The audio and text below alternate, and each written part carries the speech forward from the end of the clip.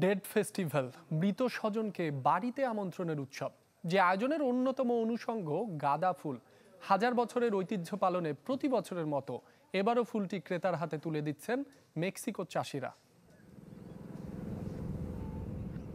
কমলা রঙের হলুদ ফুল গাঁদা মেক্সিকোতে পরিচিত সেম্পাসুচিল নামে, যার অর্থ মৃতের ফুল।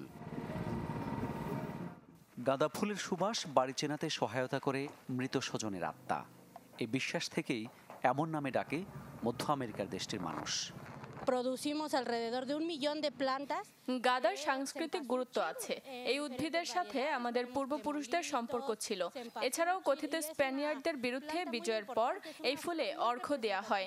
তবে এর আগে এই গাছটি দেবতাদের উৎসর্গে ব্যবহার হতো। প্রিয়জনের সাথে সাক্ষাতে বছরে একবার পৃথিবীতে ফেরে মৃতরা। তাদের সম্মান জানানোর এই উদ্যোগ মেক্সিকানদের শত বছরের ঐতিহ্য।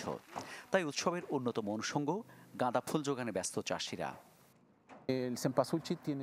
বিভিন্ন জাতের প্রায় 1 মিলিয়ন গাঁদা ফুলের গাছ উৎপাদন করি আমরা।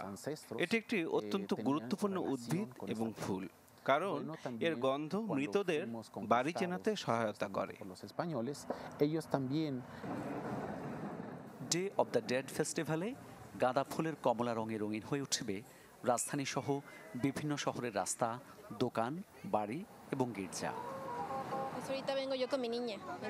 মেয়েকে সাথে নিয়ে এসেছি। আমি তাকে প্রদর্শনী এবং আলেব্রিজের মূর্তিগুলিও দেখাতে চাই। ডে অফ ডেড এবং বেদির এই সুন্দর ঐতিহ্য সম্পর্কে ধারণা দিতে চাই তাকে। আমরা দাদা দাদির জন্য এটি নিয়ে যাব।